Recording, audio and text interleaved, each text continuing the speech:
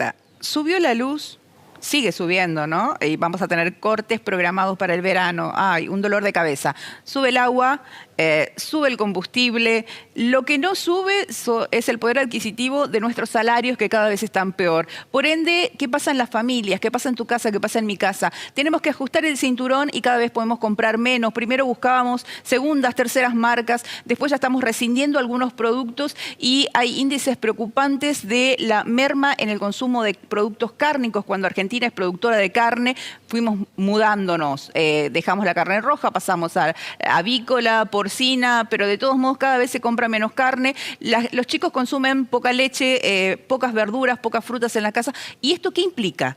Que el almacén del barrio, que la pequeña y mediana empresa, que aquel productor que hacía, no están tampoco recibiendo los ingresos que recibían antes, producto de esta recesión. Vos comprás menos, los productores no tienen dónde ubicar sus productos, por ende el campo sufre, la pequeña y mediana empresa también. Se habla de cifras que son alarmantes, de cierre de pequeñas y medianas empresas en todo el país, en lo que van de estos 11 meses de la gestión Milei. Pero ¿quién mejor que alguien que es referente de la Cámara de Pequeñas y Medianas Empresas de Formosa para que nos cuente la realidad por la que atraviesan, la situación que deben enfrentar y las expectativas que tienen para cerrar el año, porque diciembre es un año complicado históricamente en la Argentina? Fabián Riniewicz, bienvenido, muchísimas gracias por tu tiempo, por estar en Cuarto Oscuro, bienvenido a esta casa que es Cosmovisión y un gusto tenerlo porque es una amistad de años. Sí, la verdad, ¿qué tal? ¿Cómo estás, Marina? La verdad que para mí es una alegría visitarte, me parece que es excelente, me encanta esta casa, muy linda.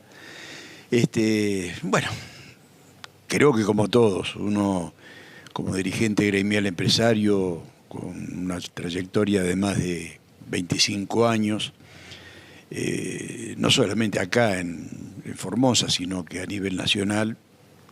Actualmente tengo varios cargos a nivel nacional, hablemos de la gremial empresaria, claro, no cargos de gobierno ni políticos. Entonces me permiten tener una visión cósmica, claro, de todo lo que ocurre en el territorio argentino. Y esta preocupación que vos perfectamente has manifestado es transversal, de norte a sur y de este a oeste. Hoy no escapa a ningún sector pyme, micropyme, mucho menos aquel que se inicia, con todas estas cuestiones que tiene que lidiar, porque a nosotros nos han aumentado un montón los costos operativos. Vos dijiste la luz, dijiste el agua. Combustible. El combustible. Me olvidé del alquiler. El alquiler, los fletes. También. La rentabilidad o la utilidad hoy la hemos reducido a la mínima expresión porque tenemos dos situaciones con quienes competir. Con el colega que puede estar en la otra cuadra y por ahí en lugar de marcar con un 40%, lo que no quiere decir que te deje una ganancia del 40%, y otro te está marcando el mismo producto, la misma marca, la misma presentación con un 30% porque tiene necesidad de caja. Entonces, antiguamente, hasta hace 2 o 3 años atrás, estábamos felices y al finalizar el año analizábamos nuestra rentabilidad neta, que es la ganancia que realmente nos quedaba a nosotros, nos daba un 7, 8%, 9% ya era un éxito, claro, genial. Y hoy, con mucho esfuerzo, aquel que logra sobrevivir apenas llega al 2,5%. Qué bárbaro. Ahora, de ese 2,5%, supongamos la mayor, no te olvides que tenés una familia que mantener, que tenés una casa que mantener, que tenés una vida que llevar adelante. Así que, bueno, nosotros siempre buscando diferentes tipos de alternativas, lamentablemente tenemos dos realidades muy tristes. El otro día se dio a conocer el indicador de la variación de la inflación en este periodo que dio el 2,7%, claro, que acumulado anual te da un aproximado del 109%. No, pero aplaude el gobierno nacional este 2,7%. Claro, y si yo fuera del gobierno y si fuera un financista multimillonario también aplaudiría. Pero ¿y en la gente, el ciudadano de a pie? A eso voy.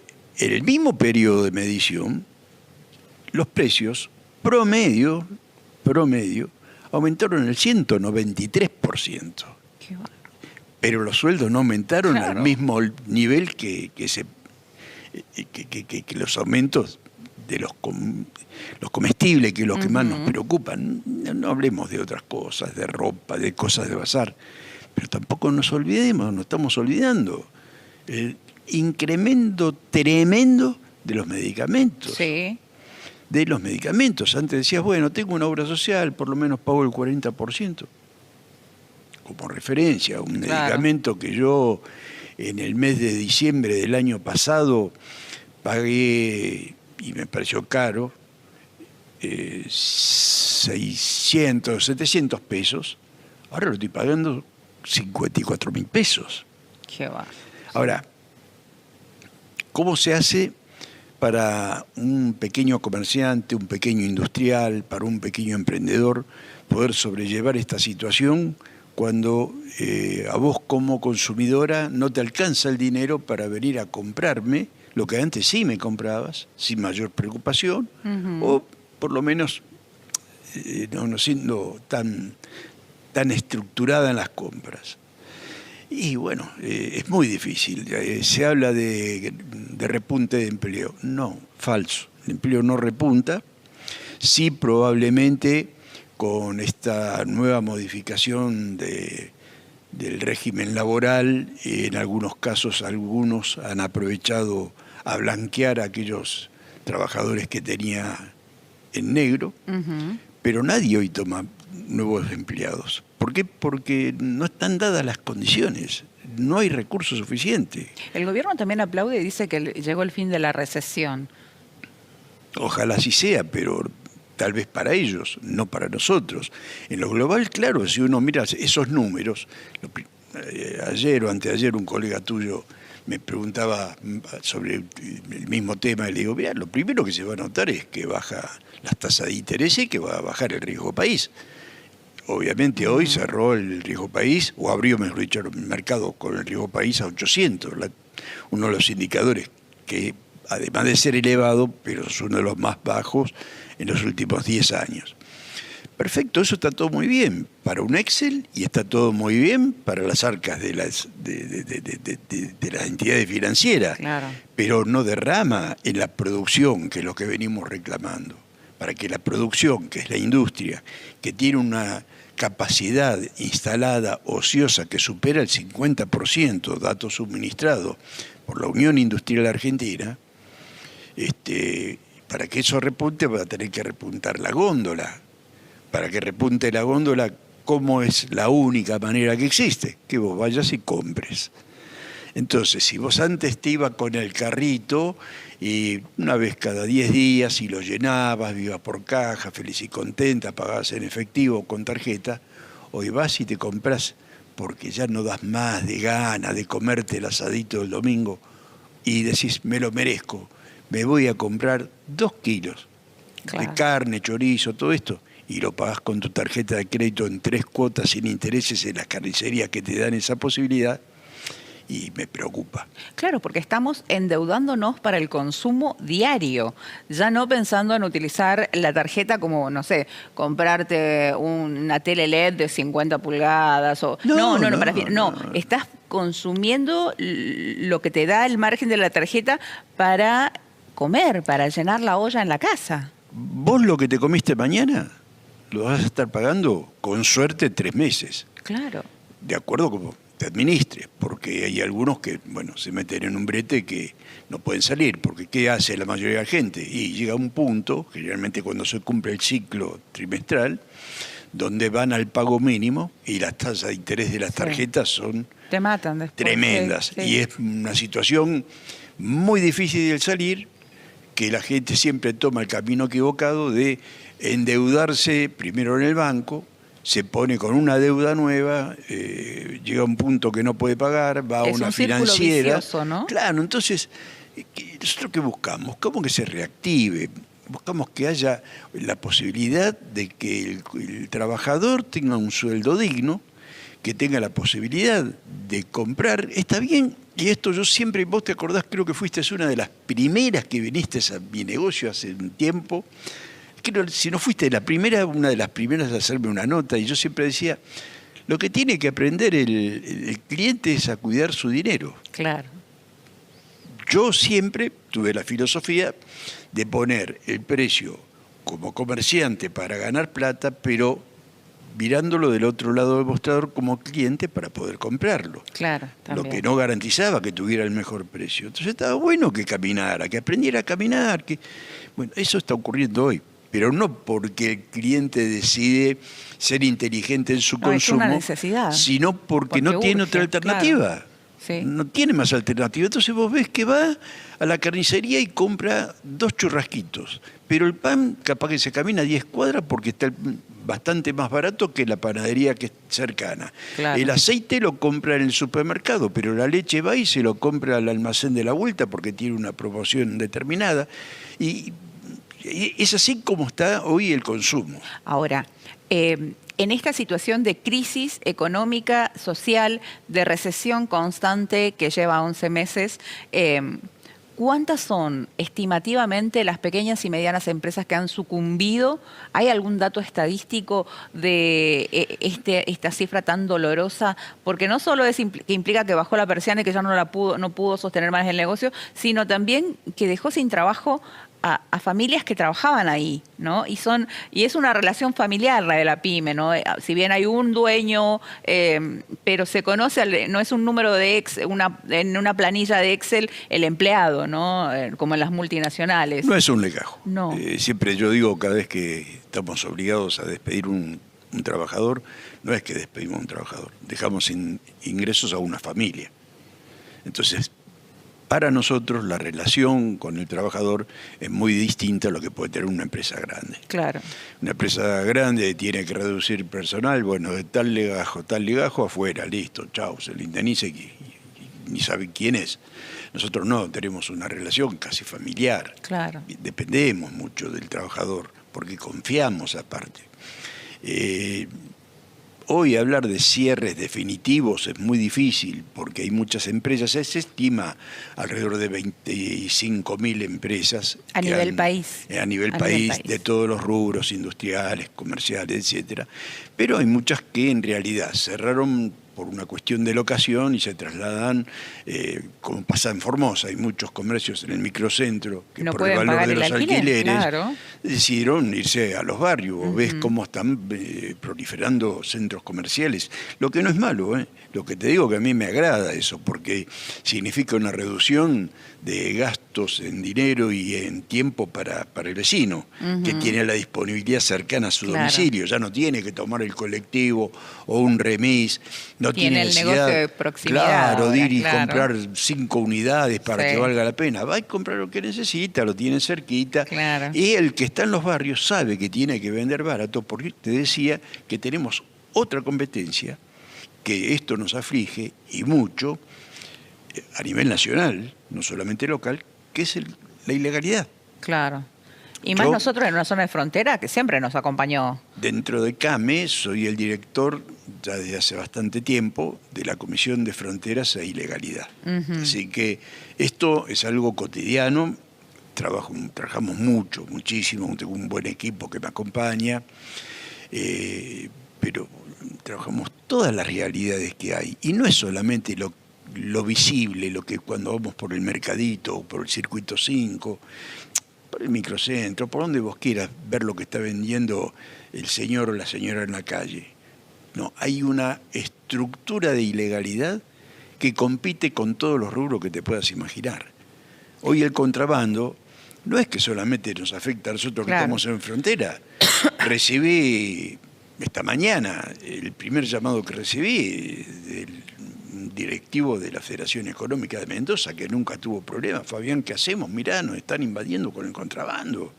Me llamaron la semana pasada de Santa Rosa, La Pampa, de la Cámara de Comercio. Fabián, estamos desesperados con el contrabando. Y estamos hablando de provincias que no tienen una tradición de influencia de mercadería ilegal. A eso sumale toda una estructura que está montada, estamos trabajando mucho lo que tiene que ver con el ciberdelito, estamos trabajando mucho con todo lo que es la estructura financiera, en definitiva, que terminan en grandes organizaciones muy poderosas, y lo que más lamentamos, y esto lo he expresado muchas veces, sobre todo a las autoridades de la Policía de la Ciudad Autónoma de Buenos Aires, donde les digo, miren, el que está en la calle vendiendo en Once o en Flores, es un esclavo. Claro. Es alguien que está Puchereando. trabajando para ganarse un peso sin robar a nadie. Pero vimos en la tele y nos asombrábamos, ¿no? La policía de la ciudad confiscando y prácticamente sometiendo a alguien que vendía aguacates en la calle. Y él no es culpable, porque a él le proveen, y vos sabés Claro. que el sistema es muy complejo. El que le provee, del momento que este señor que va, o señora que va a vender en la calle, tomó la mercadería, no la puede devolver, ya le debe el dinero. Claro. Ya no puede ir a la tarde y decir, mira, me diste 20 aguacates, te devuelvo 2 porque no los pude vender. No, a mí me devolvés la plata. Claro. Y si no le devolvés, porque ese día no pudiste, bueno, tenés la posibilidad mañana, pero ya mañana vas a pagar más caro, porque lo que buscan es eso, Claro. es someterlo a un estado de esclavitud donde no pueda salir. Ahora, todo este escenario, ¿cómo se da? Y se da forzosamente por una serie de cuestiones económicas, que son medidas que nosotros venimos diciendo, de reformas que estamos necesitando, de diferente índole. Yo vengo, como estos pastorcitos religiosos, desde el año 2018, con mi anteproyecto de ley de comercio vecinal fronterizo, peregrinando ante legisladores de los diferentes partidos, de las diferentes provincias. ¿Eso implicaría como una zona franca en las zonas de No es zona frontera? franca, sino hacer de alguna forma lo que están haciendo, empezó Brasil con su ley del año 2012-2013, que comenzó a regir en el 2014, de loyas francas, Sí. que era compensaciones fiscales a ciudades fronterizas espejos. ¿Qué son ciudades fronterizas espejos? Alberdi y Formosa, por ejemplo. Claro. Nanagua, Clorinda. Nanagua, Sí. Clorinda. Entonces, bueno, si había una variación cambiaria que favoreciera que el brasilero viniera a Uruguay a comprar porque estaba más barato, que hacia su ciudad, tenía una compensación fiscal para equilibrar Esa los diferencia, precios. ese desfasaje. Entonces no había esa Claro. competencia. ¿Qué hizo Brasil? Con el tiempo, ahora 2 o 3 años, apenas terminó la pandemia, esa ley que aplicaba a estas loyas francas, que eran las ciudades espejo, la aplica a un perímetro de toda la frontera brasilera de 50 kilómetros. O sea que de cualquier localidad brasilera tiene ese Tiene esa beneficio. posibilidad. La respuesta del Uruguay fue exactamente similar. Ahora, anteayer, un colega de Concepción del Uruguay me hizo llegar una publicación de un diario de Salto, donde premian a aquellos que van y consumen en la localidad uruguaya con devolución de los impuestos. Claro. Pero no es que premian al argentino que va a consumir porque hoy le resulta más barato, sino que también lo premian al uruguayo que consume ahí. Bueno, en términos generales, es lo que tratamos de explicar dentro de este anteproyecto de ley. Obviamente que es engorroso, tiene 550 fojas, tiene legislación comparada, tiene antecedentes latinoamericanos y de otros lugares del mundo, tiene mucha bibliografía del Mercosur, porque está previsto, pero es obvio que el legislador no lo entiende o no lo quiere entender como porque dicen. no, es muy Claro. complejo. Ahora, este martes que viene estoy invitado formalmente al Senado, porque por fin uno de los proyectos que venimos trabajando con un grupo de amigos, que es un anteproyecto de ley de transporte multimodal, que tiene que ver con toda la estructura de transporte para el sector productivo de la República Argentina, de cómo conectarse. Es muy complicado explicarlo, pero brevemente voy a tratar de Por ser lo más favor. simple. Si tenemos un productor de las lomitas, que tiene una buena producción de Sandías, por ejemplo. Sandías, Claro. ponele. ¿Cómo hace para hacer que su producción llegue a un precio económico a los grandes mercados de la Y Argentina. el flete lo condiciona muchísimo. Claro, hoy por hoy tenés que valerte del transporte de camión, que es muy caro. Ahora, bueno, nosotros lo que proponemos es, primero, hacer un rediseño de la estructura ferroviaria, hacer un rediseño de los corredores viales, pero también lograr que se nuevamente tenga lógica el régimen de transporte fluvial, que es extremadamente económico. Esto compite contra el que tiene una empresa de transporte de camiones. No, al contrario, lo favorece, porque en lugar de tener ocupado su camión y su personal en un viaje desde Las Lomitas a Buenos Aires, que le va a demandar por lo menos 4 días, va a ser todos los días 2 viajes. Así que va a tener mayor rendimiento. El productor va a ver mucho más barato sus costos de transporte. Y el que compre en aquellos mercados va a poder tener un producto disponible rápidamente y ofrecerlo a un precio que le va a permitir ser competitivo en el mercado interno, pero también poder realmente tener una herramienta excelente para la exportación.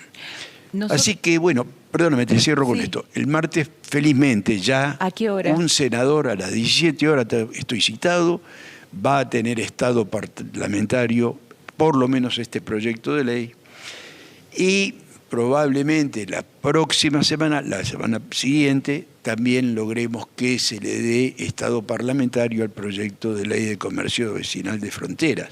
Claro, ojalá. Que no salga lo que nosotros proponemos, lo nuestro es una idea, que se debata por lo menos, que se entienda que hay una necesidad de debatir estos temas.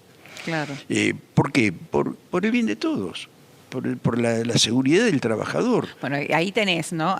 Es necesario debatir estos temas, así como también políticas que hagan a la defensa de la industria nacional, ¿no? Vemos Estados Unidos, que si bien el presidente está muy embelesado con Trump, con la política que él piensa que va a implementar, pero las primeras determinaciones que ya anunció Trump que pondrá en ejecución una vez que asuma tiene que ver con una política proteccionista de la industria nacional. Es decir, priorizo lo mío por sobre lo que van a los que quieran ingresar el mismo producto del extranjero, pero acá en definitiva se están cerrando industrias, no se apoya al desarrollo ni científico ni tecnológico de las empresas y es como uno dice, es descolocado, es muy loco, pero es como si fuese que el gobierno nacional apuesta a que perdamos nuestra industria nacional, ¿no? Que nuestro sello de bandera. Mira, yo tengo muchos contactos con amigos, colegas norteamericanos, tengo familiares norteamericanos, y te lo digo simplemente, para aquel que no conoce al norteamericano, el norteamericano piensa en, por y para Norteamérica. Sí. Punto. Olvídense si por ahí tiene algún tipo de lazo emotivo, puede ser con Gran Bretaña, pero después con el resto del mundo, que se olviden que vamos a tener beneficios porque tengan una forma de pensar similar, igual, esté alineado o no. Estados Unidos piensa en los intereses de los norteamericanos. Y yo no tengo ninguna duda que Donald Trump va a hacer lo que tiene que hacer para su país. ¿Qué es lo que deberíamos hacer para acá? Hemos peleado mucho por todo lo que se han sacado en esta mega ley, que no entiendo el espíritu de muchos legisladores, donde deja desprotegida a la buena parte de las pymes nacionales. Claro. Nosotros teníamos en vigencia el decreto, si mal no recuerdo, 254 del año 2000 del Ministerio de Economía, la resolución, donde establecía beneficios para aquellos capitales internacionales que vinieran a invertir para explotar productos primarios, campos, minería, petróleo, lo que vos quieras, pero los obligaba a abastecerse de las pymes nacionales y ocupar mano de obra nacional. Bueno, esto más o menos se morigeró con este tema de estas radicaciones de grandes capitales. El RIGI, ¿no? Vamos a ver qué pasa. Pero también tenemos otro enfrentamiento que estamos pidiendo, que están metidos con las desregulaciones. Sí, correcto, me parece muy bueno. Yo soy un tipo que no me encanta, odio las trabas burocráticas, no me gustan. Pero también tiene que haber controles por parte del Estado. ¿Y qué va a pasar con aquel que tiene un capital en producción interesante y para poder valerse del nuevo beneficio de blanqueo, decide cerrar su empresa, volver a abrir con otro nombre y adherir a este régimen que le da 30 años para no poder pagar nada. ¿En qué se beneficia el Estado? Claro. Entonces, esas cosas son las que estamos discutiendo. La reforma laboral, siempre dijimos, sí, la necesitamos. El convenio colectivo de trabajo tiene 50 años, no va más, es obsoleto. Pero ojo, toquemos las accesorias de cada vez que despedimos a un trabajador, pero no toquemos los derechos adquiridos por los trabajadores. Por supuesto. ¿Cuáles son las accesorias? Yo despido a un empleado con causa justa o no, me hace un juicio laboral, tengo que pagarle la indemnización correspondiente. Es obligatorio, me parece perfecto. Lo que no estamos de acuerdo es todo el comercio que se hizo alrededor de todo esto, con multas, con agravantes, bueno, hoy un empleador que tendría que pagar una indemnización de 3 millones de pesos, termina pagando 25, 30 millones de pesos. Entonces no es que despidió a un empleado, tuvo que cerrar el negocio. Claro. Una última consulta, porque pasamos juntos, ¿no? Creo que todos los argentinos tenemos, y vos como empresario, tuvimos esa sensación tan fea en la crisis del 2001, ¿no? Diciembre históricamente es un mes muy complicado para la Argentina. ¿Cómo ves? ¿Qué es lo que avisorás? Vos que estás en contacto no solo con nuestros empresarios, nuestras pymes de Formosa, sino también de la región y del país. ¿Qué es el escenario que más temen y cuál es la esperanza que se tiene? Lamentablemente, hablar de esperanzas en una situación actual, en un contexto actual, es hacer futurología. Vamos a lo que realmente tenemos y lo que prevemos. Hoy hay cosas que el comerciante, para esta época, se estoqueaba, porque sabía que, bueno, llega la fiesta, voy a vender budines, voy a vender pan dulce, voy a vender sidras, voy a vender lo tradicional. Sí. Hoy se limita. Se limita. Me han nombrado obligado, yo no tenía la intención de eso, pero bueno, secretario de la Confederación General de Almaceneros hace poco tiempo, trabajo mucho con ellos. Le digo, muchachos, no me parece justo porque no soy almacenero ni nunca lo fui. Me dice, no, pero te necesitamos por el expertise que vos tenés en la opinión empresaria, bueno, y los contactos y demás. Bueno, estamos trabajando muy bien.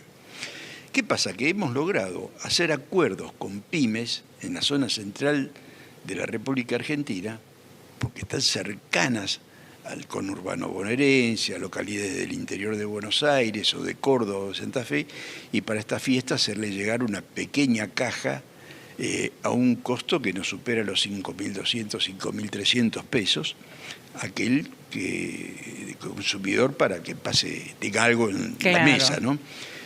Cuando digo, ¿y por qué no lo llevamos a Formosa? Claro, el problema de la incidencia del flete hace que triplique los precios. Sí.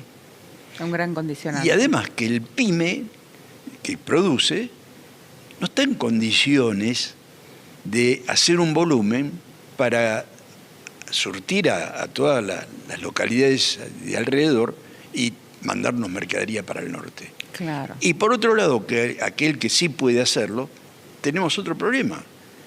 No puede enviar un camión con la mercadería para nosotros y el camión volver en lastre.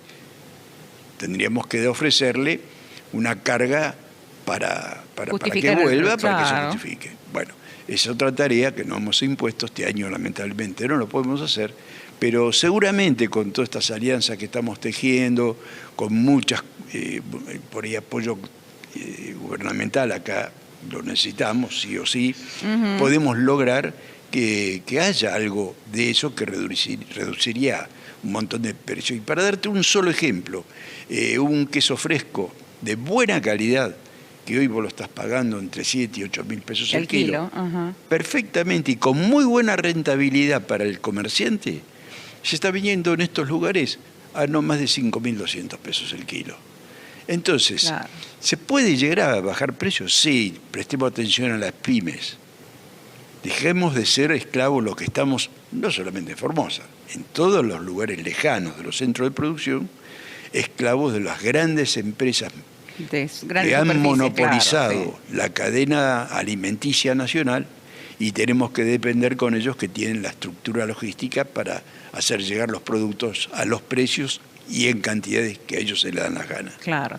Fabián, muchísimas gracias por tu tiempo y la verdad que ojalá que podamos pasar este cierre de año con paz social, ¿no? Para todos los argentinos y acá en Formosa, que dejen de cerrarse nuestras pymes, que puedan desarrollarse, crecer, lograr estos acuerdos que son tan importantes y que nosotros, los ciudadanos de a pie, aquel que va al almacén de barrio, al que va al mini mercado que está cerca, podamos tener salarios dignos y poder volver a ser lo que éramos, ¿no?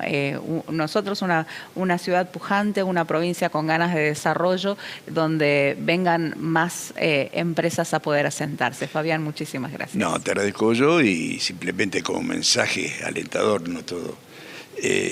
Fuimos poderosos, podemos volver a hacerlo. Todo depende de nosotros y cómo miremos al político de acuerdo a lo que nos interesa socialmente. Y empecemos a dejar de ser individuos para convertirnos en ciudadanos. Totalmente, muchísimas gracias. Gente, vamos a hacer una breve pausa porque ya está con nosotros la doctora Sandra Moreno y vamos a estar hablando sobre la situación política en Clorinda y cómo ya se activó el cronograma electoral para que los clorindenses puedan ir a las urnas a elegir a su nuevo intendente. No se vayan.